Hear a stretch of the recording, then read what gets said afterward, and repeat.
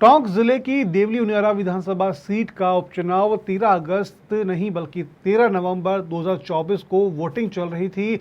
तभी अचानक से माहौल गर्मा गया। निर्दलीय प्रत्याशी नरेश मीणा ने एसडीएम अमित चौधरी को मंच पर ही थप्पड़ मार दिया।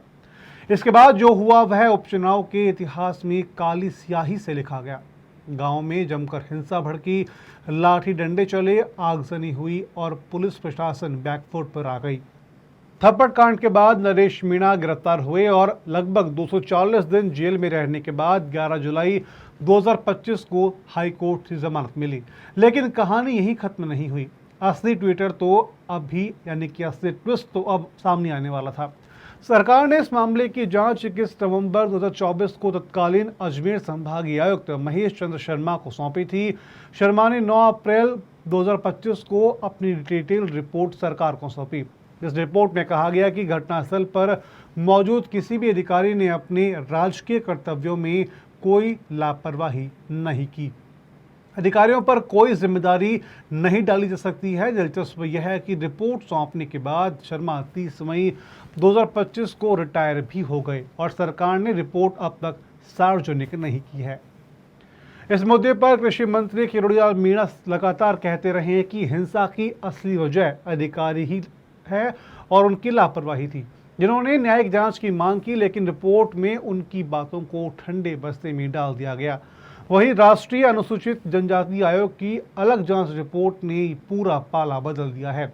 आयोग ने 2 अप्रैल 2025 को 23 पन्नों की रिपोर्ट सरकार को सौंपी, जिसमें एसडीएम अमित चौधरी को थप्पड़ कांड का दोषी माना गया। हिंसा भड़कने के लिए पुलिस अधिकारियों को जिम्मेदार ठहराया गया। आयोग ने कहा कि दोषी अफसरों पर 30 दिन में कार्रवाई हो, निर्दोष ग्रामीणों पर दर्ज मुकदमे हटाए जाएं और पीड़ितों को मुआवजा मिले। वहीं पर आयोग की 6 सदस्यीय कमेटी संयोजक निरुपम चमका ने यह रिपोर्ट तैयार की है। आयोग और जिला प्रशासन की रिपोर्ट के आधार पर राज्य सरकार ने 30.95 लाख रुपए मुआवजे की मंजूरी दी है। 7 घायलों को 1-1 लाख रुपए, बाकी रकम मकानों और वाहनों के नुकसान की भरपाई। इधर हिंसा के बाद में पुलिस ने 5 एफआईआर दर्ज की, 4 नगरफोर्ट थाने में, 1 अलीगढ़ थाने में। उसकी जांच अभी तक जारी है, लेकिन मुख्य अभियुक्त नरेश मीणा ही हैं। अब सवाल यह है कि ये एक ही घटना पर 2 रिपोर्ट क्यों? संभागीय आयुक्त अधिकारी को निर्दोष देते हैं, वहीं एसटी आयोग अधिकारियों को जिम्मेदार ठहराता है।